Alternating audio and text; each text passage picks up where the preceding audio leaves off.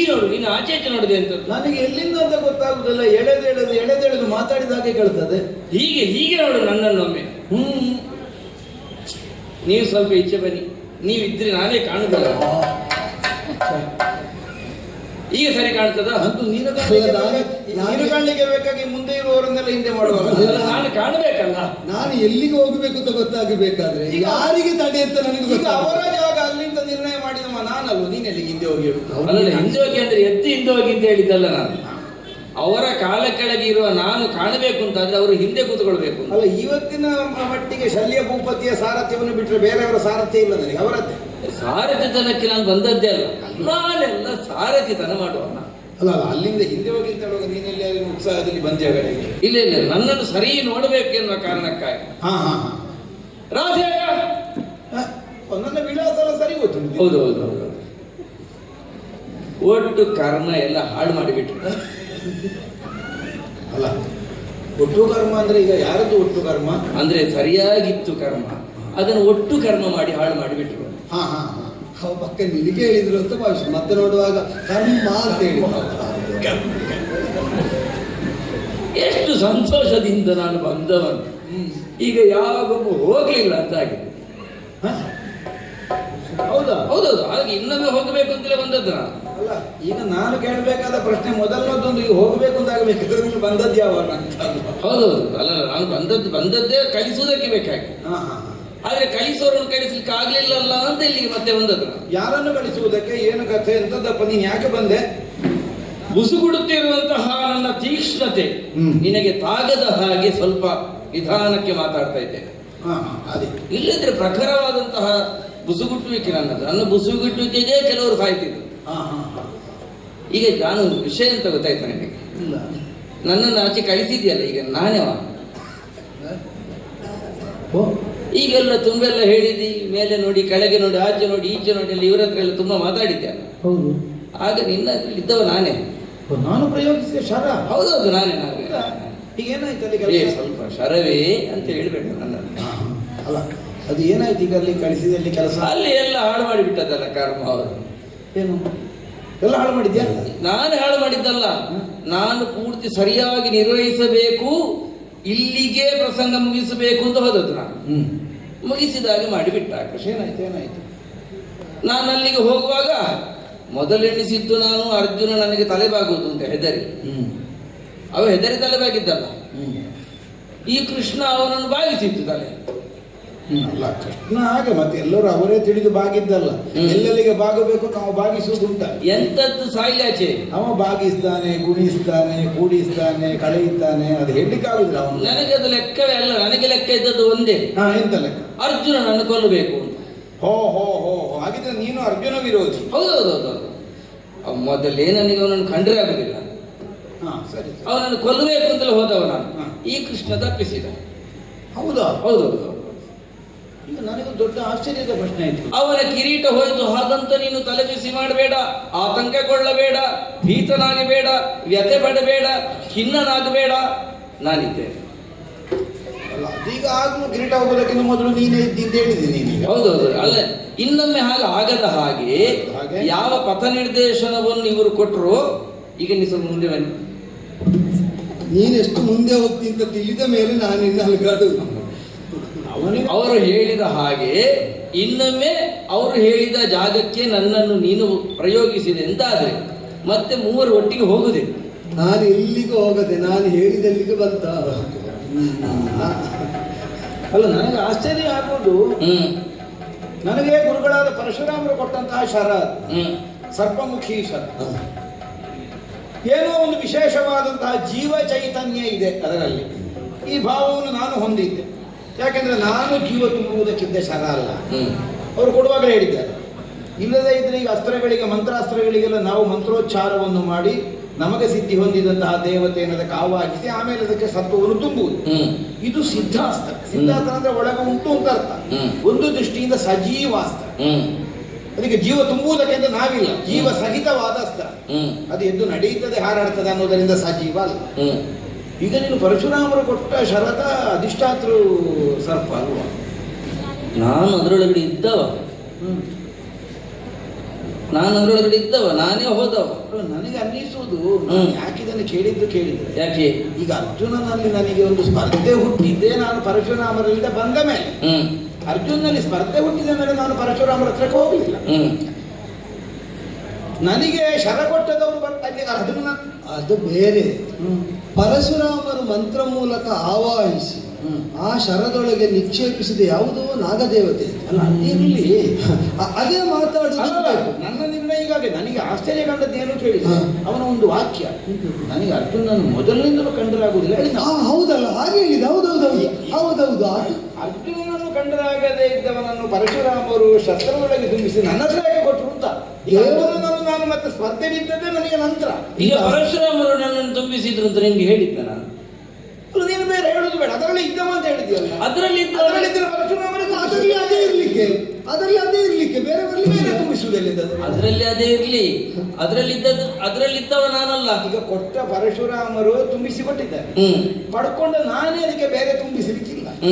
ನೀನು ತುಂಬಿಸಿದ್ದಲ್ಲ. ಅಲ್ಲ, ಹೇಳಿದ್ ನಾನೇ ಇಲ್ಲ ಅಂದ್ರೆ ಅರ್ಥ ಏನು? ಕೊಟ್ಟ ಪರಶುರಾಮರಿಗೆ ಅದರೊಂದು ಕೊಡುವಾಗ ಅಧಿಕಾರ, ಪಡೆದ ಮೇಲೆ ನನ್ನ ಅಧಿಕಾರ ಹೊಂದಿದ ನಾನೇ ತುಂಬಿಸಲಿಕ್ಕಿಲ್ಲ. ಮತ್ತೆ ಅಧಿಕಾರ ಇಲ್ಲದೆ ಇದ್ದವರು ಕರ್ಣ ನೀನೊಬ್ಬ ಬತ್ತಲಿಕ್ಕೆ ತಡಕಾಗಿ ನೋಡು, ನಿನಗದು ಬದಲಾಗಿದೆ. ಪರಶುರಾಮರು ಕೊಟ್ಟದ್ದು ಅಲ್ಲೇ ಹುಟ್ಟಿದ್ದು ಬೇರೆ ಅದು ಶರ ತೆಗೆಯುವಾಗಲೇ ಚಂದ ಪರಿಮಳ ಬಂದಿದೆ. ಹೌದೌದು, ಚಂದನ ಚೂರ್ಣದಲ್ಲಿ ಇಟ್ಟದಲ್ಲ, ಅದು ಹೇಳಿದ್ದು. ಹೌದೌದು, ನಮ್ಗೆ ತೆಗೆಯುವಾಗಲೇ ಗೊತ್ತಾಗ್ತದೆ ಎಂತ ಅದರ ಪರಿಮಳದಲ್ಲಿ. ಈಗ ನೀವು ಇಬ್ರು ಸೇರಿ ನನ್ನನ್ನು ಎಂತದಲ್ಲ ಅಂತ ಮಾಡ್ತೀರಾ ಅಂತ. ನಾನ್ ದೊಡ್ಡ ಜನ. ನೀನು ಯಾರಪ್ಪ ದೊಡ್ಡ ಜನ? ಪರಿಚಯ ಉಂಟ ನಿಮಗೆ? ಅನಿಮಿಷ ಧ್ಯಾನವನು ಸೇರಿಕೊಂಡಿದ್ದ ಗಣದ ಸೇನ ಸರ್ವಮತಾನುದಿನ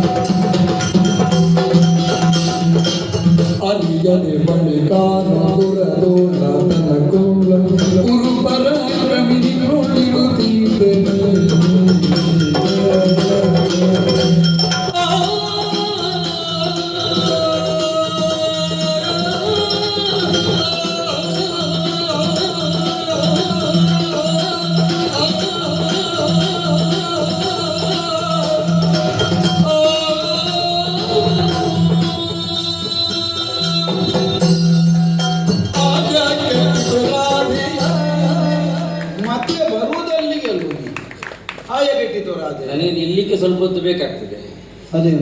ಅದೇನಂದ್ರೆ ಸೊಂಟದ ಕೆಳಗಿಲ್ಲ ನನಗೆ, ಅದಕ್ಕಿಂತ ಒಂದು ದೊಡ್ಡ ಕಥೆ ಉಂಟು ಹೇಳಿದ ನಾನು. ಹೌದೌದು. ಸೊಂಟದಿಂದ ಕೆಳಗೆಲ್ಲ ನಿಮಗೆ ಸೊಂಟ ಇಲ್ಲಿ ಅಂತ ನಮಗೆ ಗೊತ್ತಿಲ್ಲ. ಬಾಣ ನೋಡುವಾಗ ಮಾತ್ರ ಗೊತ್ತಾಗಲಿಲ್ಲ ಸೊಂಟ ಇಲ್ಲದ ಬಾಣ ಅಂತ. ಹೌದು, ಅಸಾಮಾನ್ಯ ಸಾಮರ್ಥ್ಯವಂತರ ಒಂದು ಪಾಲಿಗೆ ಸೇರಿದಂತಹ ನಾನು ವಿಶೇಷ ಯೋಗ್ಯತೆ ಉಳ್ಳವನು. ಓಹೋ, ನನ್ನ ಯೋಗ್ಯತೆಗಿಂತಲೂ ನನ್ನ ಅಪ್ಪನ ಯೋಗ್ಯತೆ ದೊಡ್ಡದು. ಈಗ ನಿನ್ನ ಅಪ್ಪನೇ ಅಲ್ವ? ಹೌದೌದು, ಆದ್ರಿಂದಲೂ ನನ್ನ ಯೋಗ್ಯತೆ ದೊಡ್ಡದು. ಎಲ್ಲರಿಗೂ ಆ ಸೌಭಾಗ್ಯ ಇಲ್ಲ ಅಪ್ಪನ ಯೋಗ್ಯತೆಯನ್ನು ಹೇಳಿಕೊಂಡು ಬದುಕಲಿಕ್ಕೆ. ಈಗ ನನಗೆ ಹೇಳಿ ಆಗುದಿಲ್ಲ. ಅದು ಅವನಿಗೆ ನೋವು ಮಾಡ್ತದೆ. ಅಪ್ಪನ ಕುರಿತಾದಂತಹ ವಿಷಯವನ್ನು ಇಲ್ಲಿಗೆ ನಿಲ್ಲಿಸಲಾಗಿದೆ. ಅಲ್ಲ, ನಿನ್ನ ಅಪ್ಪನ ಒಳ್ಳೆ. ನಿಮ್ಮ ಸೂಚನೆಯಲ್ಲಿರುವಂತಹ ಧ್ವನಿಯನ್ನು ಬೇಗ ಗ್ರಹಿಸಿದ ನಾನು ಅಲ್ಲಿಗೆ ಸಂವಾದವನ್ನು ನಿಲ್ಲಿಸಿದೆ. ಹಾಗಂತ ನನ್ನ ಅಪ್ಪನ ಹೆಸರು ತಕ್ಷಕ. ಅದು ತಕ್ಷಣ ಹೇಳ್ಬೋದು. ಈಗ ನಮಗೆಲ್ಲ ಅದಕ್ಕೆ ಅವಕಾಶ ಇದೆ. ನನ್ನ ಹೆಸರು ಅಶ್ವಸೇನ ಎನ್ನುವ. ತಕ್ಷಕ ಅಂದ್ರೆ ಯಾವ ತಕ್ಷಣ? ಒಳ್ಳೆ ಕುಲನಾಗ ಅಲ್ವೋ? ಅದೇ ತಕ್ಷಕ.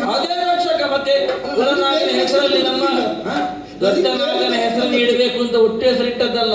ಅಲ್ಲ, ನನಗೆ ತಕ್ಷಕ ಅಂತ ಹೇಳಿದ್ರೆ ಬೇರೆ ಇರ್ಬೋದು, ನನಗೆ ಗೊತ್ತಿಲ್ಲ. ನಾನು ನನಗೆ ಭಾವಿಸಿದ್ದು ನಾಗಪಂಕ್ತಿಯಲ್ಲೂ ಕೂಡ ಕೈ ಮುಗಿಯುವಂತ ಎತ್ತರದ ಸ್ಥಾನದಲ್ಲಿರುವಂತಹ ತಕ್ಷಕನ ಮಗನ. ಅದೇ ಕುಲನಾಗಗಳಲ್ಲಿ ಒಂದು ಒಂದೇ ಒಂದು ಅದೇ ಅದೇ ಕುಲನಾಗಗಳಲ್ಲಿ ಒಂದಾದ ನಾಗನ ಕುಲದವನೇ.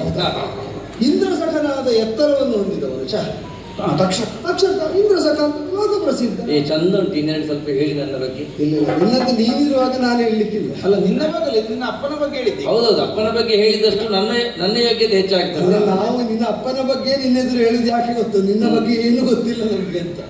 ಅಪ್ಪನ ಬಗ್ಗೆ ಹೇಳಿದ್ರಿಂದ ನಾನೇನು ಅಂತಾದ್ರೂ ಗೊತ್ತಾಗ್ತದೆ. ಅಪ್ಪನ ಮಗ ಅಂತ ಗೊತ್ತಾಯ್ತು. ಹಾಗಂತ ನಾನು ಅಮ್ಮನ ಜೊತೆ ದೇವಲೋಕದಲ್ಲಿದ್ದ. ಯಾಕೆ ದೇವಲೋಕಕ್ಕೆ ಹೋದೆ? ಅಮ್ಮನಿಗೊಂದು ಆರೋಗ್ಯ ಸಮಸ್ಯೆ ಬಂದು ಅಲ್ಲಿರುವಂತಹ ವನದಲ್ಲಿರುವಂತಹ ಔಷಧೀಯ ಗುಣಗಳುಳ್ಳಂತಹ ಕೆಲವೊಂದು ಗಿಡಗಳನ್ನು ಸೇವಿಸಿದೆ. ಆ ಆರೋಗ್ಯಕ್ಕೆ ಅನಾರೋಗ್ಯಕ್ಕೆ ಒಂದು ಪರಿಹಾರ ಸಿಗ್ತದೆ ಎನ್ನುವುದಕ್ಕಾಗಿ ದೇವಲೋಕಕ್ಕೆ ಹೋದವರು ನಾವು. ಈ ಭೂಲೋಕದಲ್ಲಿ ಯಾಗ ಯಜ್ಞಾದಿಗಳನ್ನು ಮಾಡಿ ಮಾಡಿ ಮಾಡಿ ಅಗ್ನಿಗೆ ಏನೋ ಒಂದು ಸಮಸ್ಯೆ ಉಂಟಾದಂತೆ. ಅವ ಹೇಳ್ತಾನೆ ಅಜೀರ್ಣ ಸಮಸ್ಯೆ ಅಂತ.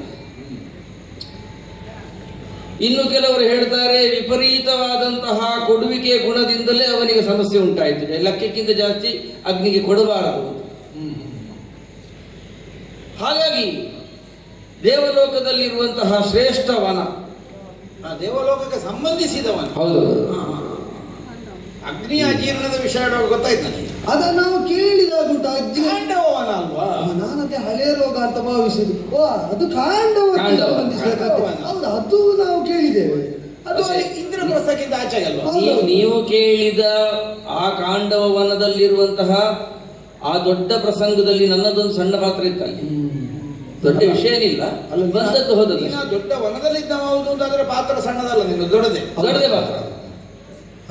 ಹಾಗೆ ಅಲ್ಲಿರೋ ಹೊತ್ತಿಗೆ ಅವನೇ ಬಂದು ಹೇಳಿದನಂತೆ, ಇಲ್ಲಿರುವಂತಹ ಎಲ್ಲವನ್ನು ಕೂಡ ಸರ್ವಮೂಲಗಳನ್ನು ಭಕ್ಷಿಸಿದರೆ ಅವನ ಹೊಟ್ಟೆಯಲ್ಲಿರುವಂತಹ ಸಮಸ್ಯೆ, ಹೊಟ್ಟೆಗೆ ಸಂಬಂಧಿಸಿದ ಸಮಸ್ಯೆ ಕಡಿಮೆ ಆಗ್ತದೆ. ಹೌದು, ಅಂದ್ರೆ ದೊಡ್ಡ ಅಜೀರ್ಣ ಆದ್ದರಿಂದ ಔಷಧದ ಪ್ರಮಾಣವು ದೊಡ್ಡದೇ ಬೇಕಾಗ್ತದೆ ಅಲ್ವಾ? ಈಗ ಕೆಲವು ಸಲ ಹೀಗೆ ಪ್ರಶ್ನೆ ಕೇಳುವ ಕ್ರಮವೂ ಉಂಟು. ಅಜೀರ್ಣ ಆದ್ರೆ ಮತ್ತೆ ತಿನ್ಲಿಕ್ಕೆ ಹೇಳಿದ್ದೆ ಯಾಕೆ ಅಲ್ಲ, ಔಷಧವನ್ನಾದ್ರೂ ತಿನ್ನುವುದೇ ಅಲ್ವಾ? ಅಜೀರ್ಣ ಆದವರಿಗಾದ್ರೆ ಔಷಧ ಕೊಡುವುದು ತಿನ್ನುವುದೇ ಸರಿ. ಅದು ದೊಡ್ಡ ಅಜೀರ್ಣ ಆದ್ದರಿಂದ ದೊಡ್ಡ ಔಷಧ. ಅಲ್ಲಿರುವಂತಹ ಯಾವೊಂದು ವಸ್ತುಗಳು ಕೂಡ ಹೊರ ಹೋಗದಂತೆ ಕಾವಲಾಗಿದ್ದವರು ಅಲ್ಲಿ ಎದುರಿದ್ದಾರಲ್ಲ. ನನಗೆ ಹೆಸರು ಹೇಳಲಿಕ್ಕೆ ಕೂಡ ಅಸಹ್ಯ ಆಗ್ತದೆ.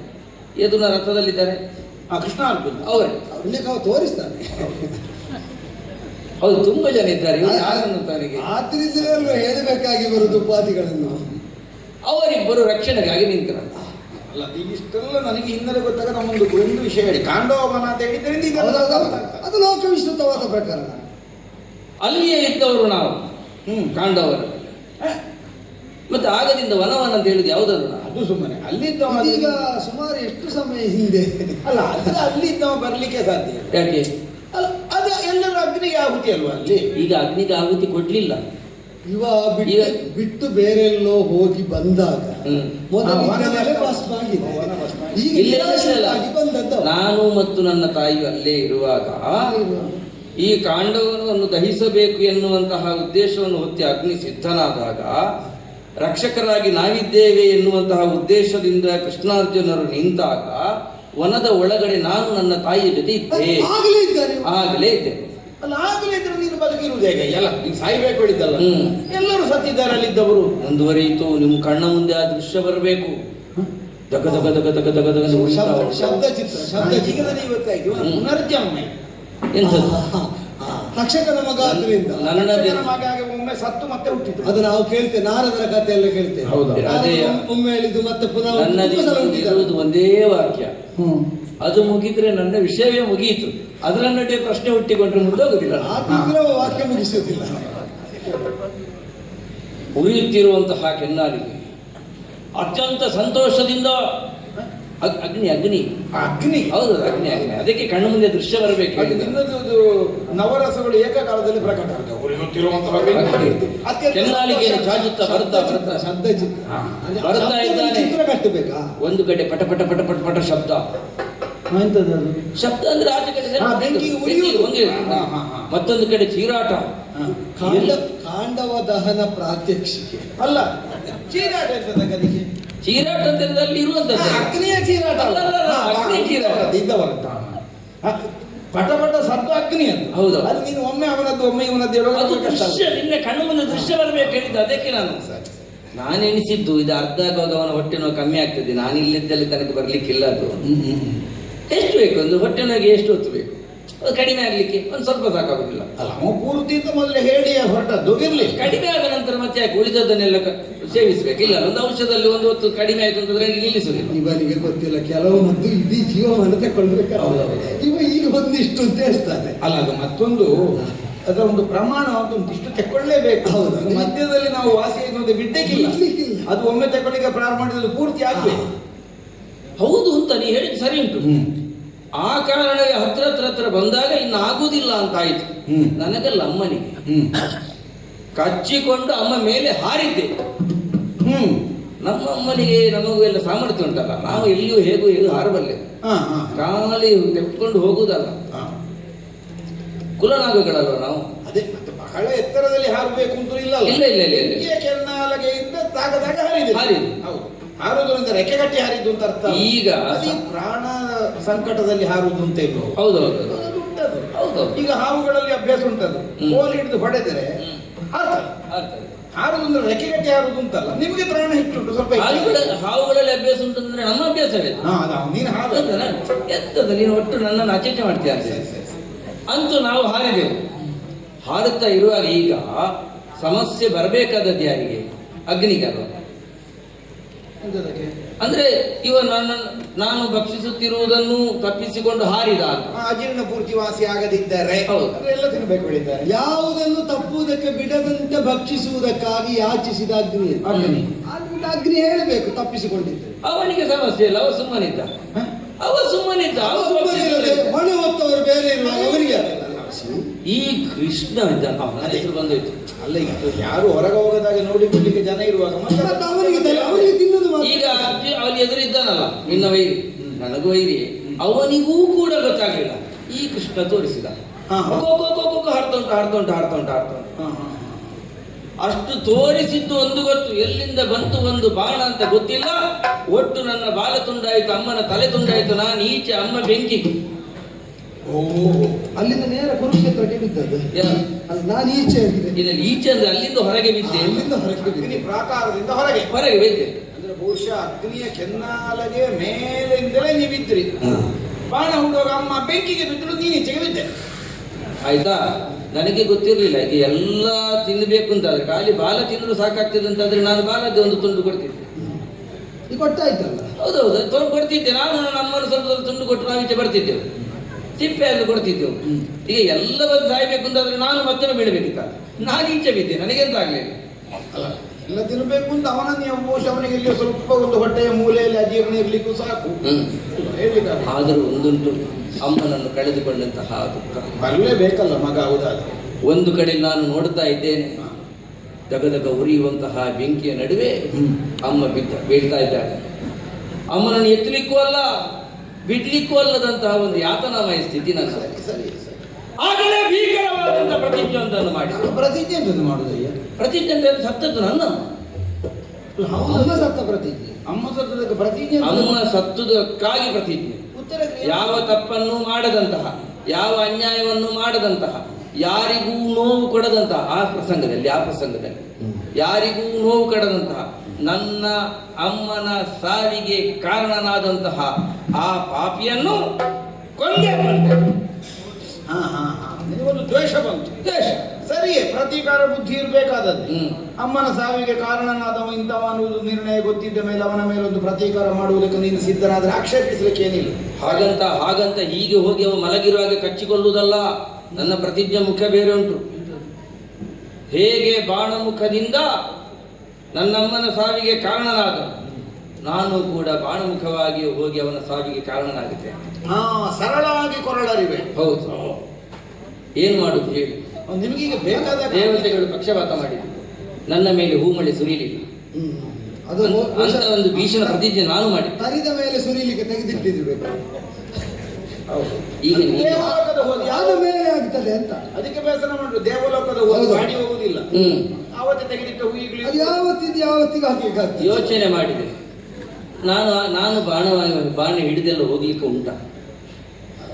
ಪ್ರತಿಜ್ಞೆ ಮಾಡಿ ಆಯ್ತು, ಹಾಗಾದ್ರೆ ಪ್ರತಿಜ್ಞೆ ಪೂರೈಸಬೇಕು. ಕೆಲವು ಸಲ ಹೇಗೆ ಕೇಳಿದ್ರೆ ಯೋಚನೆ ಮಾಡಿಯೇ ಪ್ರತಿಜ್ಞೆ ಮಾಡುದು, ಕೆಲವು ಸಲ ಆವೇಶದಿಂದ ಮಾಡುದು. ಹೌದು. ಅದು ಅದಕ್ಕೆ ಅದರ ಸಾಧನ ಸಲಕರಣೆ ಎಲ್ಲ ಆಲೋಚನೆ ಮಾಡಿ ಮಾಡುದಲ್ಲ, ಆವೇಶದಿಂದ ಮಾಡಿ ಹೋಗುದು. ನಮಗೊಂದು ಆದರ್ಶ ಉಂಟು. ಆವೇಶದಲ್ಲಾದರೂ ಮಾಡಿದ ಪ್ರತಿಜ್ಞೆಯನ್ನು ಪೂರೈಸಲೇಬೇಕು. ಅಲ್ಲ, ಬಾಣ ಹಿಡಿದುಕೊಳ್ತೇನೆ ಹೇಳಿದೆ, ಬಾಣ ಆಗಿ ಕೊಳ್ತೇನೆ ಹೇಳಿದೆ ಅಂತ ತಪ್ಪು. ಹೇಗಾದ್ರೂ ಬಾಣ ಮುಖದಲ್ಲಿ ಹೋಗಿ ಅವನನ್ನು ಕೊಲ್ತೇನೆ. ಸರಳಾಗಿ ಕೊರಳಾಗಿ ಕೊರಳಾಗಿ ಸರಳಾಗಿ ಬಹಳ ಸುಲಭದಲ್ಲಿದ್ದಲ್ಲ. ಅಲ್ಲ ಸರಳವಾಗಿ ವಾಯಿಲ್ಲ. ನಾನು ನ್ಯೂನ ಹೌದು, ನನ್ನ ಕ್ರಿಯಾಪದದಲ್ಲಿ ನ್ಯೂನತೆ ಇಲ್ಲ. ಹಾಗಾದ್ರೆ ಹೇಗೆ ಭಾಷೆ ನಾನು ಹೇಗೆ ಅಲ್ಲಿ ಮಾಡಿದ್ದ ಅವತ್ತು. ಯೋಚನೆ ಮಾಡಿದೆ. ನನ್ನ ಹಾಗೆ ಆ ಅರ್ಜುನನ ಮೇಲೆ ಶತ್ರುತ್ವವನ್ನು ಹೊಂದಿದವನು ಯಾರು? ರಾತ್ರಿ. ಓಹೋ, ಅಭಿನಂದನೆ. ಅಲ್ಲ, ನಿನ್ನ ಹಾಗೆ ಅಂದ್ರೆ ಅರ್ಜುನನ್ನು ಸಾಯ್ಬೇಕು ಅಂತ ವೇಷದಲ್ಲಿ ದೇಶ. ಮತ್ತೆ ನನ್ನಮ್ಮನ ನಾವು ಇಲ್ಲ ಘಟನೆಗೆ ಅದಕ್ಕೆ ಸಂಬಂಧ ಇಲ್ಲ. ಪಾರ್ಥನ ದ್ವೇಷ ಹೌದಲ್ವ? ಯೋಚನೆ ಮಾಡ್ತಾ ಇರುವಾಗ ನಾನು ಸರಿಯಾಗಿ ಹೊಂದಿಕೊಳ್ಳಬಹುದಾಗಿರುವಂತಹ ಒಂದು ಶರ ನಿನ್ನ ಹತ್ರ ಉಂಟು. ನೀನು ಪೂಜೆ ಮಾಡ್ತಿರುವುದನ್ನು ನೋಡಿದೆ. ನಾನು ಸೇರಿಕೊಂಡೆ, ನೀನು ತೆಗೆದೆ, ಬಿಟ್ಟೆ. ಅವ ಮೋಸ ಮಾಡಿದ, ಹೆದರಬೇಡ, ಇನ್ನೊಮ್ಮೆ ಬಂದಿದ್ದೇನೆ, ತೆಗೆ, ಬಿಡು, ಮುಗಿಸ್ತೇನೆ. ಎಂತ ಇವ ಹೇಳಿದ್ದನ್ನೆಲ್ಲ ಕೇಳಲಿಕ್ಕೆ ಕೂತದ ಇಲ್ಲ. ದಿವಾಳಿ ಕೇಳಿ ಕರಡನು ಕರಳು ತಲೆಯಲ್ಲಿ ವಾಡಿ ವಿವಾಯ ಬಲದಿಂದಲೇ ಅರೆ ಎಸಗುವನಲ್ಲ ಹೋದು ಹೋಗೆಂತ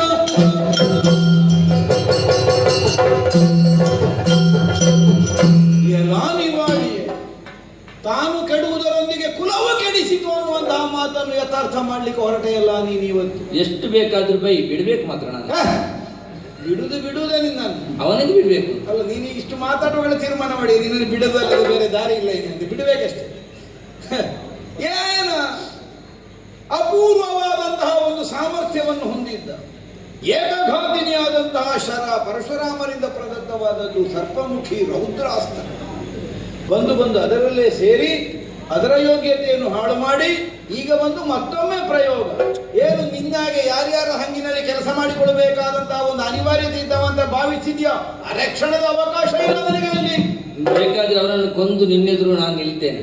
ಹನ್ನೊಂದು ಬಾಣದಿಂದ ನನ್ನನ್ನು ಕೊಲ್ಲು, ಎಲ್ಲಿಗೂ ಎಂತದ್ದು ಪ್ರಚಾರ ಮಾಡಿ.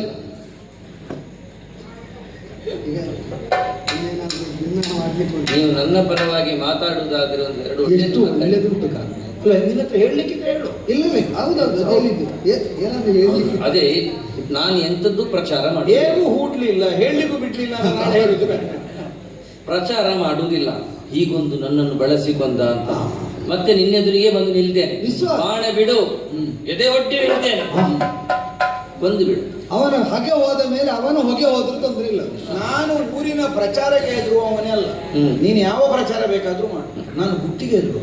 ಕರ್ಣ ಎಷ್ಟು ಒಳ್ಳೇದುಂಟು, ಮಾತಾಡ್ತಾ ಇದ್ದೀನಿ. ಒಳ್ಳೇದು, ಎಷ್ಟು ಒಳ್ಳೆ ಅವಕಾಶ. ಈಗ ನೋಡು, ತಾಯಿ ಹೇಳಿದ ಹಾಗೆ ಪ್ರತಿಜ್ಞೆ ಮಾಡಿದಂತಹ ಒಬ್ಬ ಅರ್ಜುನ, ತಾಯಿ ಗೊತ್ತಿಲ್ಲದರಿಂದ ಪ್ರತಿಜ್ಞೆ ಮಾಡಿದ ನೀನು ಅಂತ ಹೇಳುವ, ತಾಯಿ ಸತ್ತದ್ದರಿಂದ ಪ್ರತಿಜ್ಞೆ ಮಾಡಿದೆ. ಈಗ 3 ಜನರ ಪ್ರತಿಜ್ಞೆ ಒಟ್ಟಾದ ಒಂದು ಅಪೂರ್ವ ಸಂಯೋಗ ಈ ರಣಮಂಡಲ. ಇಂಥದ್ದು ತುಂಬಾ ಇರಬಹುದು ಈ ರಣದಲ್ಲಿ. 18 ಅಕ್ಷೋಹಿಣಿ ಒಟ್ಟಾದಾಗ ಎಂತೆಂಥ ವೈಚಿತ್ರ್ಯಗಳು ನಡೀತದೆ ಅಂತ. ಆಗ ಅದಕ್ಕಿಂತಲೂ ವಿಶೇಷವಾದ ಇದೊಂದು ವಿಶಿಷ್ಟವಾದ ವಿಷಯ. ಹಾಗೆ ಬಿಟ್ಟು ಬಿಡಬೇಡ, ಜೋಡಿಸಿ ಹೊಡೆದು ಬಿಡು.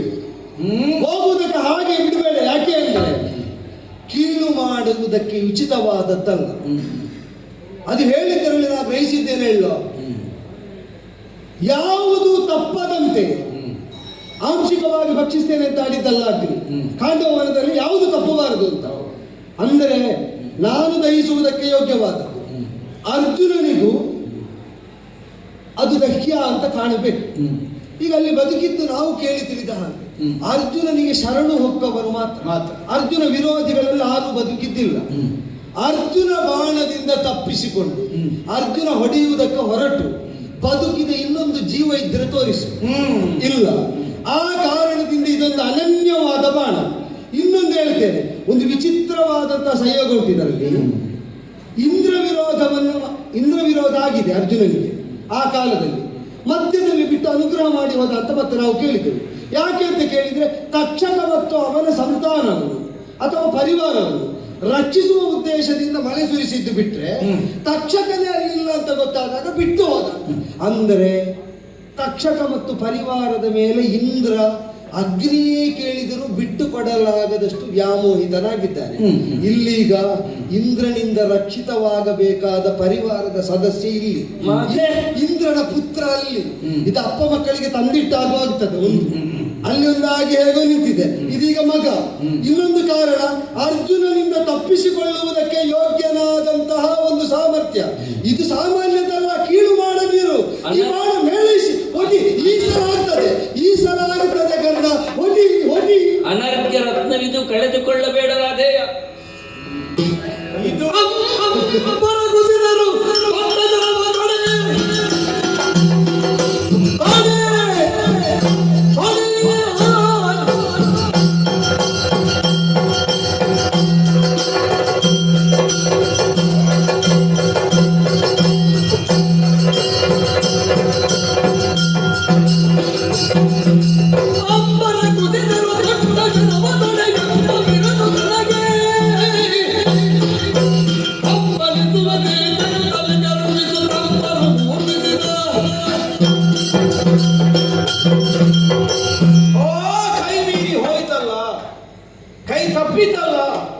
ಹೀಗೆ ನಾವು ಹಂಬಲಿಸಬೇಕಾದ ಪ್ರಮೇಯ ಬರುವುದು ಯಾವಾಗ? ಅದು ಇದರಿಂದ ಹೋದರೆ ಒಂದು ಸಾಧಿಸಬಹುದಾದದ್ದು, ಒಂದು ಸಾಮರ್ಥ್ಯ ಉಳ್ಳದ್ದು, ಒಂದೇನಿಲ್ಲ ಲೆಕ್ಕಕ್ಕೆ ಸಿಗುವುದು, ಅಂಥದ್ದು ಕೈ ತಪ್ಪಿ ಹೋದ ಕಾಲಕ್ಕೆ. ಕಳೆದು ಹೋದ್ರಾದ್ರೆ ಏನೋ ಹುಡುಕಬೇಕಾದದ್ದು, ಒಂದು ದಿವ್ಯವಾದ ಹರಳು ಅವ ಕೈಯಿಂದ ತಪ್ಪಿ ಹೋಯ್ತು. ಓಹೋ ಹೋಯ್ತಲ್ಲ, ಹರಳ ಕೈ ಸೇರಿತು ಅಲ್ಲ, ಯೋಚಿಸ್ಬೇಕು. ಇದು ಏನಾದ್ರೂ ಹಾದಿ ಬದಿಯಲ್ಲಿ ಸಿಕ್ಕುವ ಸಾಮಾನ್ಯ ಹರಳು ಅಲ್ಲ, ಹೇಳಿದ್ನ. ಅದು ಹೋದದ್ದಕ್ಕೆ ಯಾವನಾದ್ರೂ ಚಿಂತೆ ಮಾಡಿ ನಡೆಯುವವನ ದಾರಿಗೆ ಸುಗಮ ಆಯಿತು ಅಂತ ಭಾವಿಸಬೇಕು. ಆದ್ದರಿಂದಲೇ ಸಾಮಾನ್ಯ ಹರಳನ್ನು ಬಿಟ್ಟಾಗ ಇದನ್ನು ಬಿಡಬೇಡ. ಇದು ಹಣಾಮಣಿಯನ್ನು ಹೊಂದಿದಂತಹ ಸರ್ಪ ಸಂತತಿ. ಒಂದು ಸಲ ಅದರ ಮಾತು ಕೇಳುವಾಗ ನನಗೂ ಭ್ರಮೆ ಹುಟ್ಟಿತ್ತು. ಭ್ರಮೆ ಎಂತದ್ದು? ಎಲ್ಲ ಭ್ರಮೆ ಕಳಚಿದ ಹಾಗೆ ಪ್ರತ್ಯೇಕ ಭ್ರಮೆ ಕಳಚಿದ್ದು. ನೀನು ಯಾವಾಗ ತಕ್ಷಕ ದೇವೇಂದ್ರಲ್ಲ ಸಂಬಂಧ ಹೇಳಿದ್ಯೋ ನನ್ನ ಭ್ರಮೆ ಹೋಯ್ತು. ಹೌದ ಕಡೆಗೆ ಇದು ದೊಡ್ಡ ಕಡೆಗೆ ನನಗೊಮ್ಮೆ ಅನ್ನಿಸಿದ ಹಾಗೆ ಕೃಷ್ಣಾರ್ಜುನರ ರಕ್ಷಣೆಯಲ್ಲಿ ಸಮಸ್ತ ಕಾಂಡವನವನ್ನು ದಗಿಸುವುದಕ್ಕೆ ಸಿದ್ಧನಾಗಿ ನಿಂತಹ ಅಗ್ನಿಯ ಬಾಯಿಯಿಂದ ತಪ್ಪಿಸಿ ಕೃಷ್ಣಾರ್ಜುನರ ಕಣ್ಣು ತಪ್ಪಿ, ಕೃಷ್ಣನ ನೋಟ, ಅರ್ಜುನನ ಬಾಣ, ಅಗ್ನಿಯ ನಾಲಗೆ, ಎಲ್ಲದರಿಂದ ತಪ್ಪಿಸಿಕೊಂಡು ಒಂದು ತಪ್ಪಿಸಿದ್ದು ಬದುಕಿ ಬಂದಿದೆ ಅಂತ ಆದ್ರೆ ಈಗ ನಿಜವಾಗಿ ಅಗ್ನಿಯಿಂದ ದೊಡ್ಡದು, ಕೃಷ್ಣನಿಂದ ದೊಡ್ಡದು, ಅರ್ಜುನನಿಂದ ದೊಡ್ಡದು ಆಯ್ತಲ್ಲ, ತಪ್ಪಲಿಕ್ಕೆ ಆಯ್ತಲ್ಲ ಅನ್ನೋ ಹಾಗೆ ಭಾವಿಸಿದ್ದು. ಮತ್ತೆ ನೋಡೋದು ಇದು ತಪ್ಪಿದ್ದಲ್ಲಿ ಇದು ಲೆಕ್ಕಕ್ಕೆ ಸಿಗದೇ ಇದ್ದ. ಎಂತದ್ದು ಲೆಕ್ಕಕ್ಕೆ ಸಿಗದಿದ್ದದ್ದು? ಅದೇ ಇದು ಲೆಕ್ಕಕ್ಕೆ ಸಿಗಲಿಲ್ಲ. ಅಲ್ಲಿ ಇದ್ದಂತ ಕ್ರಿಮಿಕೀಟಗಳಿಂದ ತೊಡಗಿ ಹೌದೌದು ರಾಕ್ಷಸರ ತನಕ ನಾವು ಕೇಳಿ ತಿಳಿದದ್ದು ಹೌದಾದ್ರೆ ಕಾಂಡವ ವನದಲ್ಲಿದ್ದ ಕ್ರಿಮಿಕೀಟಗಳಿಂದ ತೊಡಗಿ ರಾಕ್ಷಸರ ತನಕ ಸರ್ವರು ಭಸ್ಮೀಭೂತರಾಗಿದ್ದಾರಂತೆ. ಈಗ ಇದನ್ನು ಹಾಗೆ ಹೇಳಲಿಕ್ಕೆ ತಕ್ಷಕನ ಕುಟುಂಬದ ಕುರಿತು ಕರುಣೆ ಇಲ್ಲ ದೇವೇಂದ್ರನಿಗೆ. ಈಗ ಕೊನೆಗೂ ಹೇಳಿದ್ದೇನು, ದೇವೇಂದ್ರ ವಿರೋಧವನ್ನು ನಿಲ್ಲಿಸುವುದಕ್ಕೆ ಕಾರಣ ಆದದ್ದೇನು? ನೀನು ಹಂಬಲಿಸುವ ನಿನ್ನ ಮಿತ್ರ ತಕ್ಷಕ ಅಲ್ಲಿಲ್ಲ, ಬೇರೆಲ್ಲಿ ಇದ್ದಾನೆ, ನೀನು ವಿರೋಧ ಮಾಡಬೇಕಾದದ್ದಿಲ್ಲ ಅನ್ನೋ ಹಾಗೆ ಹೇಳಿದ ಕ್ಷಣಕ್ಕೆ ಅವನು ನಿಲ್ಲಿಸಿದ ವಿರೋಧ. ಅವನಿಗೀಗ ತಕ್ಷಕನ ಕುಟುಂಬ ಉಂಟು ಅನ್ನುವ ಕಾರಣಕ್ಕಾಗಿ ಹೊರಟದ್ದಲ್ಲ. ಅಂದ್ರೆ ಯಾಕೆ, ಇದು ಅಪ್ಪನಿಗೆ ಬೇಡದೇ ಇದ್ದ ಮಗ, ಅಪ್ಪನ ಮಿತ್ರನಾದ ದೇವೇಂದ್ರನ ಲೆಕ್ಕಕ್ಕೆ ಸಿಗದೇ ಇದ್ದ ಮಗ. ಮಾತ್ರ ಅಲ್ಲ, ತಪ್ಪಿಸಿಕೊಂಡು ಹೋದ ಮೇಲೆಯೂ ಕೃಷ್ಣಾರ್ಜುನರ ಲೆಕ್ಕಕ್ಕೂ ಸಿಗದೇ ಇದ್ದ ಮಗ. ಈಗ ಅವರ ಲೆಕ್ಕ ತಪ್ಪಿಸಿ ಬಂದದ್ದು ಅಂತ ಹೇಳಿದ್ದು ನಾನು. ಮೊದಲಿಗೆ ನಾನು ಭಾವಿಸಿದ್ದು ಲೆಕ್ಕ ತಪ್ಪಿಸಿ ಬಂದದ್ದು ಅಂದ್ರೆ ಅದನ್ನೇ ಹೇಳಿದ್ದು. ಲೆಕ್ಕ ತಪ್ಪಿಸಿ ಬರಬೇಕಾದ್ರೆ ಒಂದು ಲೆಕ್ಕಕ್ಕೆ ಸಿಕ್ಕಿರಬೇಕು. ಇದು ಲೆಕ್ಕಕ್ಕೆ ಬಾರದೆ ಈಗ ಅಂತಲ್ಲ. ಇಲ್ಲಪ್ಪ, ನಿಜವಾಗಿ ಕರ್ಣಾರ್ಜುನರ ಕಾಳಗದಲ್ಲಿ ನಿರ್ಣಾಯಕ ಅಸ್ತ್ರದ ಒಳಗೆ ಸೇರಿ ಪ್ರವೃತ್ತವಾಗಬೇಕು ಅಂತಾದ್ರೆ ಲೆಕ್ಕಕ್ಕೆ ಸಿಕ್ಕುವ ಜಾಗ ನೋಡಿ ಬಂದು ನಿಂತಿದೆ. ಶಲ್ಯ ಭೂಪತಿ ಮಹಾತ್ಮ ಸಿದ್ಧಿ ಆಗಬೇಕು ಅಂತಾದ್ರೆ ವರ್ಚಸ್ಸು ಬೇಕು. ಮಹಾತ್ಮ ಕೆಡಿಸಲಿಕ್ಕೆ ಬಹಳ ವರ್ಚಸ್ಸು ಬೇಡ, ಸ್ವಲ್ಪ ಸಾಕಾಗ್ತದೆ. ಕಲ್ಮಶ ಇದ್ರೆ ಸಾಕು. ಇದು ಕಲ್ಮಶ. ಆದ್ದರಿಂದ ನನ್ನ ಶರದ ಮಹಾತ್ಮ್ಯವು ಕೆಟ್ಟಿತು. ಆ ಶರದ ಮಹಾತ್ಮದ ಮೂಲಕವಾಗಿ ಗೆಲುವನ್ನು ಸಾಧಿಸ್ತೇನೆ ಅನ್ನುವ ಹಾಗೆ ಯೋಚಿಸಿ ಅರ್ಜುನನ ಕೀರ್ತಿದಾರಲ್ಯವನ್ನು ಕೆಡಿಸಬಹುದಾದ ಕಲ್ಮಶ ಇದು. ನಿನ್ನ ಕಲ್ಮಶ ಅಲ್ಲ, ಅರ್ಜುನನ ಕೀರ್ತಿದಾರಲ್ಯ ಕೆಡಿಸುವ ಕಲ್ಮಶ. ಯಾಕೆ ಹೇಳ್ತೇನೆ, ಮೊದಲೇ ಇದು ಶರದ ಒಳಗೆ ಸೇರಿಕೊಳ್ಳುವುದಕ್ಕಿಂತ ಮೊದಲೇ ನನ್ನಲ್ಲಿ ಬಂದು ಇಷ್ಟು ವಿಷಯ ಹೇಳ್ತಿದ್ರು ನಾನು ಒಪ್ಪಿಕೊಡ್ತಿದ್ದೆ ಅಂತ. ಓಹ್, ಇವನಿಗೊಂದು ಹಾಗೆ ಉಂಟು ನೋಡ, ನಾವು ಬಾಣದೊಳಗೆ ಕುಳಿತುಕೊಳ್ಳಿಕ್ಕೆ ಆಗ್ತದಪ್ಪ ಅಂದರೆ ಕುಳಿತುಕೋ ಒಂದು ಬಾಣದಲ್ಲಿ ಪ್ರಯೋಗ ಮಾಡು ಹೇಳ್ತಿದ್ದೆ. ಹೇಳದೆ ಕೇಳದೆ ಬಂದು ಸೇರಿ ಆ ಬಾಣದ ಮಹಾತ್ಮ್ಯವು ಹಾಳಾಗುವ ಹಾಗೆ ಮಾಡಿ ಈಗ ಒಂದು ಮತ್ತೆ ಕೇಳಿಕೊಳ್ಳುವುದಕ್ಕೆ ಪ್ರಾರಂಭಿಸ್ತದೆ ಅಂತ ಅದರ ಅರ್ಥ ಏನು? ಒಳ್ಳೆದಾಯ್ತು. ಅರ್ಜುನನ ಕೀರ್ತಿಯನ್ನು ಮಸಳಿಸಬಹುದಾದ ಕಲ್ಮಶ ಅಲ್ಲ ಇದು. ಇದು ನನ್ನ ಕೀರ್ತಿಯನ್ನು ಮಸಳಿಸಿರುವ ಅದೀಗ ಒಳ್ಳೇದಾಯ್ತು. ನೋಡು, ಈಗ ಅದು ಮೊದಲೇ ಹೇಳಿದ್ದು, ನೀನು ಅದಕ್ಕೆ ಸೇರಿಸಿ ಹೊಡೆಯುತ್ತಿ ಅಂತ ಇಟ್ಟುಕೊಳ್ಳುವ. ಆದರೂ ನೀನು ಕೊರಳಿಗೆ ಗುರಿ ಹಿಡಿಯುವುದಲ್ವೋ, ಅದು ಮಕ್ಕುಟಕ್ಕೆ ತಾಗುವುದಲ್ವೋ, ಅದು ನಿಸ್ತೇಜವಾಗ್ತಿತ್ತು. ಈಗ ಪರಶುರಾಮ ಶಕ್ತಿ ಇದ್ರು, ನಿನ್ನಲ್ಲಿ ಕೇಳಿ ಬಂದಿತ್ತು, ಹೀಗೆ ಆಗ್ತಿತ್ತು. ಈಗ ನಿನಗೆ ವಿಷಯ ಗೊತ್ತಾಯ್ತು, ಕೊರಳಿಗೆ ಹೊಡೆದರೆ ಮಕುಟಕ್ಕೆ ತಾಗುತ್ತದೆ ಅಂತ ವಿಷಯ ಗೊತ್ತಾಯ್ತು. ವಿಫಲ ಆದ ಬಾಣದಲ್ಲಿ ಇದು ಒಳಗಿದ್ದದ್ದು ಗೊತ್ತಿಲ್ಲದರಿಂದ ಮರಳಿ ಮತ್ತೊಮ್ಮೆ ಹೊಡೆಯುವ ಅವಕಾಶ ಸಿಕ್ಕಿತ್ತು. ಈ ಬಾರಿ ಉರಕ್ಕಾಗಿಯೇ ಬೆಸೆಸಿ ಒಂದೇ ಸಂಧಾನದಲ್ಲಿ ತೆಗಿಬಹುದಲ್ಲ. ಒಂದು ಸಲ ಅಲ್ಲ, 11 ಸಲ ಪ್ರಯೋಗ ಮಾಡಿ ಆಗ್ತಿತ್ತು. ನನ್ನ ಹತ್ರ ಹೇಳದೆ ಬಂದು ಒಂದೊಂದೇ ಬಾಣದಲ್ಲಿ ಇದು ಕುಳಿತು ಕೊಡುತ್ತಿದ್ದೆ. ಈಗ ಆದ ಸಮಸ್ಯೆ ಏನು ಕೇಳಿದ್ರೆ, ಈಗ ಆಗ ಪ್ರಯೋಗಿಸುವಾಗ ನನಗೆ ಗೊತ್ತಿರಲಿಲ್ಲ. ಆಗ ನಾನು ಪ್ರಯೋಗಗೊಂಡಿದ್ದೇನೆ ಅನ್ನುವುದನ್ನು ಹೇಳದೇ ಬಂದು ಕೇಳುತ್ತಿದ್ರು ನಾನು ಪ್ರಯೋಗಿಸ್ತಿದ್ನೋ ಏನು. ಈಗ ಅದು ಹೇಳಿದ್ದರಿಂದ ಏನಾಯ್ತು, ಬಿಡದೊಮ್ಮೆಗೆ ತೊಟ್ಟಸ್ತ್ರವ. ಈಗ ನಾನು ಇದನ್ನು ಬಿಟ್ಟಿದ್ದೇನೋ ಕೇಳಿದ್ರೆ ಬಿಡ್ಲಿಲ್ಲ, ನಾನು ಅದನ್ನು ಬಿಟ್ಟಿದ್ದೇನೋ ಇಲ್ಲ. ಹಾಗಾಗಿ ಬಿಟ್ಟದ್ದು ಸುಳ್ಳ, ನಾನು ಬಿಟ್ಟದ್ರಲ್ಲಿ ಅದಿತ್ತು. ಇದೀಗ ಬಿಡದೊಮ್ಮೆಗೆ ಬಿಟ್ಟಸ್ತ್ರ ಆಯ್ತು. ಒಮ್ಮೆಗೆ ನನಗೆ ಬಿಡುವಾಗ ಹೌದದು ಗೊತ್ತಿಲ್ಲದೆ ಬಿಟ್ಟದ್ದು ಅಂತ ಗೊತ್ತಿಲ್ಲ. ಹಾಗೆ ಅದು ಒಂದು ಹೇಳಿತು, ನಾನು ಇದ್ದೆ ಅದರಲ್ಲಿ. ಹೌದಪ್ಪ, ಈಗ ಗೊತ್ತಿದ್ದು ಬಿಡು. ಈಗ ನನಗೆ ಗೊತ್ತಾಯ್ತಾ ಇಲ್ಲ. ಈಗ ಅದೊಂದು ಈಗ ಒಂದು ಶುಭ ಕಾರ್ಯ ಪ್ರಾರಂಭ ಮಾಡ್ತಾರೆ. ಹೌದು, ಬಂಧುಗಳನ್ನೆಲ್ಲ ಬರ್ಲಿಕ್ಕೆ ಹೇಳ್ತಾರೆ, ಶುಭ ಕಾರ್ಯ ಉಂಟು ನಮ್ಮದೆಲ್ಲ ಬನ್ನಿ. ಹೌದು, ಇಲ್ಲಿ ಪೂಜೆ ಇದು ಮಧ್ಯದ ತನಕ ಕಾರ್ಯಕ್ರಮ ನಡೆದಾಗಿ ಪೂರ್ತಿಯಾಗಿ ಒಬ್ಬ ಬಂದ, ನಿಮಗೆ ಸೂತಕ ಎಂತ ಮದ್ದು ಬೇಕು. ಹೌದು ಅಲ್ವ? ಹೌದು, ಒಂದೋ ಮೊದಲೇ ಹೇಳ್ಬೇಕು, ಮೊದಲನೇ ದಿವಸ ಮೊದಲು ಹೇಳಿದವರಿಗೆ ತಣ್ಣೀರು ಹಾಕಬೇಕು. ಆ ಸಂದರ್ಭದಲ್ಲಿ ಹುಡುಕಿ ಬಂದು ಹೇಳಿದವರು. ಈಗ ಇವ ಮಾಡಿದ ಕೆಲಸ ಅದು. ಒಂದೋ ಯುದ್ಧ ಪೂರ್ವದಲ್ಲಿ ಅಥವಾ ಇವತ್ತಿನ ದಿವಸ ಯುದ್ಧ ಪೂರ್ವದಲ್ಲಿ ಬಂದು ನನ್ನ ಹತ್ರ ಹೇಳಿ, ಹೀಗೆ ಒಂದು ವಿಷಯ ಉಂಟು, ನನ್ನನ್ನು ಇವತ್ತು ವಿನಿಯೋಗ ಮಾಡಬಹುದು ಹೇಳ್ಬೋದು.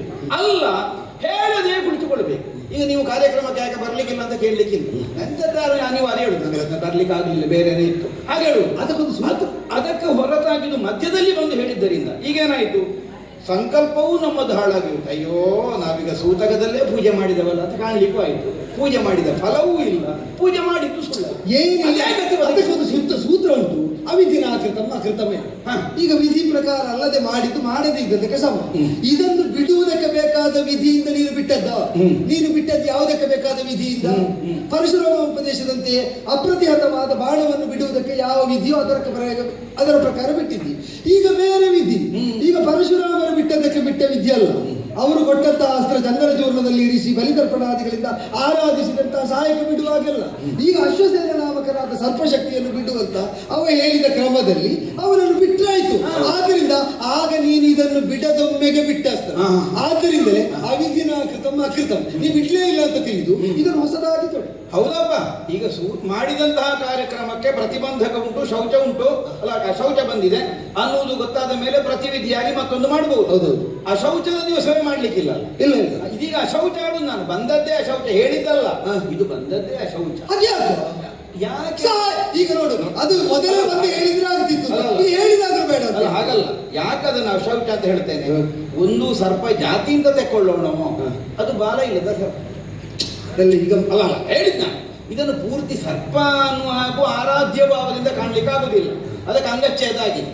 ಇದು ಆರಾಧ್ಯಕ್ಕಿದ್ದದ್ದಲ್ಲ. ಇನ್ನೂ ಒಂದು, ಇದಕ್ಕೆ ಹೆತ್ತ ತಂದೆ ತಾಯಿಗಳಿಗೆ ತಾಯಿಯ ಮರಣ ಆಗಿದೆ ಹೇಳ್ತದೆ, ತಕ್ಷಕ ಸಾಯಲಿಲ್ಲಲ್ಲ. ನಾನು ಒಂದು ಒಳಗಿಂದ ನಾನು ಹೇಳ್ತೇನೆ, ಕಣ್ಣಿಲ್ಲದವ ಕುಳಿತವನನ್ನು ರಾಜ ಅಂತ ಕರೆದು ನಾವು ಯುದ್ಧ ತೊಡಗಿತ್ತು. ನೀನು ಸುಮ್ಮನೆ ಈಗ ಬಾಲ ಹೋದವನನ್ನು ಸರ್ಪ ಅಲ್ಲ ಅಂತೆಲ್ಲ ಹೇಳುದು ಬೇಡ. ಈಗ ನಿಜವಾಗಿ ಈ ನಾಂಗಂ ಪೃಥ್ವಿ ಪಾಲಂ ನಾಭಿನಂದಂತಿ ದೇವತಾ ಭೀಷ್ಮರಂತವ್ರು ಹೇಳಿಲ್ವೋ, ಅವು ಕೂತ್ಕೊಳ್ಳುವುದಕ್ಕೆ ಮೊದಲು ಹೀರಾಂಗನಾದ ಪೃಥ್ವಿಪತಿಯನ್ನು ದೇವತೆಗಳು ಒಪ್ಪುವುದಿಲ್ಲ ಅಂತ ಅನಿವಾರ್ಯವಾಗಿ ಒಪ್ಪಲಿಲ್ವೋ. ಈ ಕುರುದಾರಿಣಿಯಲ್ಲಿ ಧೃತರಾಷ್ಟ್ರ ಭೂಪತಿಯ ಅನ್ವಯದಂತೆ ಆಜ್ಞೆಯಂತೆ ನಡೆಯುವಂತಹ ಸುಯೋಧನನ ಸಮರದಲ್ಲಿ ಆದ್ರಿಂದ ಬಾಲ ಇಲ್ಲದಲ್ಲ ಸರ್ಪ ಅಲ್ಲ ಅಂತೆಲ್ಲ ಹೇಳಲಿಕ್ಕಿಲ್ಲ. ಸರಿಯಪ್ಪ, ಈಗ ಬಾಲ ಇಲ್ಲದ ಸರ್ಪವನ್ನು ಆಯುಧ ಮಾಡ್ಲಿಕ್ಕೆ ಅಲ್ಲಲ್ಲ ಇರುವುದದು, ಪೂಜೆಗೆ ಅಂತ ಹೇಳಿದ್ ನಾನು. ಈಗ ಅದೇ ಹೌದಾದರೆ ಈಗ ನಾಳೆ ಯುದ್ಧ ಮುಗಿಲಿ, ನಾಳೆ ಇವತ್ತೋ ಯಾವತ್ತೋ ಯುದ್ಧ ಮುಗಿಯುತ್ತದೆ. ಯುದ್ಧ ಮುಗಿದ ಮೇಲೆ ಅಂದಂದ್ರೂಪನನ್ನೇ ಒಪ್ಪಿದ ಸಿಂಹಾಸನ ನಮ್ಮದು, ಸಿಂಹಾಸನ ಕಂದಂದ್ರೂಪನನ್ನೇ ಒಪ್ಪಿದ್ದು, ಇವನಿಗೊಂದು ಕತ್ತೆ ಕಟ್ಟುವ ಬಾಲ ಇಲ್ಲದ ನಾಗರಿಗೆ ಆಕ್ಷೇಪ ಅಲ್ಲ. ಸುಮ್ಮನೆ ಏನಾದ್ರು ಹೇಳ್ಬೇಡ, ನಾನು ಹೇಳ್ತಾ ಇದ್ದೇನೆ ಅದ್ರ ದೊಡ್ಡ ಕುಸಿದರು ತೊಟ್ಟ ಶರಬ ಬೇಡ, ಹಾಗೆಲ್ಲ ಮಾತಾಡಬೇಡ. ಕೊಡಬೇಕು ಅಂತ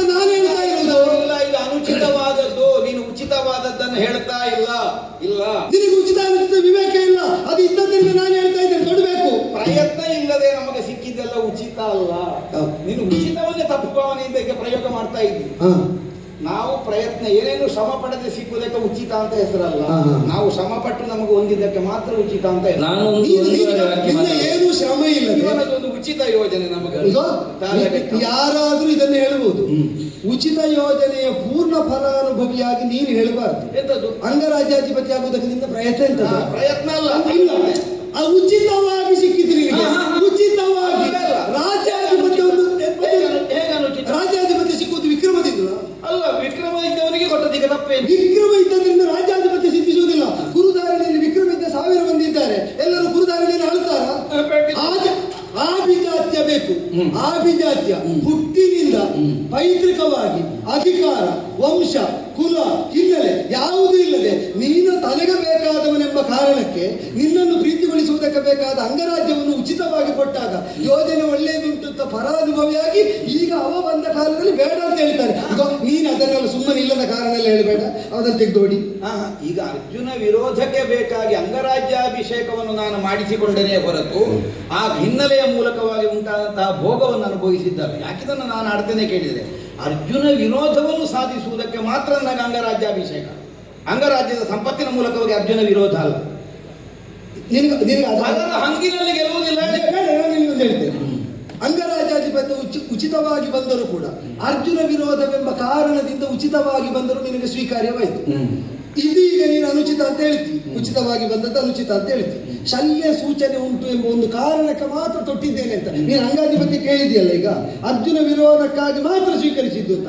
ಸಾರಥಿಯಾದ ಶಲ್ಯ ಬಂದು ಹೇಳಿದ್ದಾನೆ, ಅವ ಇರುವ ದಿವಸ ಅವನ ಮಾತನ್ನು ಮೀರುವುದಕ್ಕಾಗುವುದಿಲ್ಲ ಎಂಬ ಒಂದೇ ಕಾರಣಕ್ಕೆ ಅವನನ್ನು ತೆಗೆದು ಹೊಡಿತದ್ದು ಅಂತ ನಾಳೆ ನಾನು ಹೇಳ್ತೇನೆ, ನೀನು ಹೇಳು, ತೆಗೆದು. ಇಲ್ಲ, ನನ್ನ ವಿಶ್ವಾಸಕ್ಕೆ ಭಂಗಪಡಿಸಿದ ಏಕಘಾತಿನಿಯಾದ ಶರದ ಮಾಹಾತ್ಮ್ಯವನ್ನೇ ಕೆಡಿಸಿದ ಇಂತಹ ಒಂದು ದುರ್ಬುದ್ಧಿಯವನನ್ನು ನಾನು ಮತ್ತೆ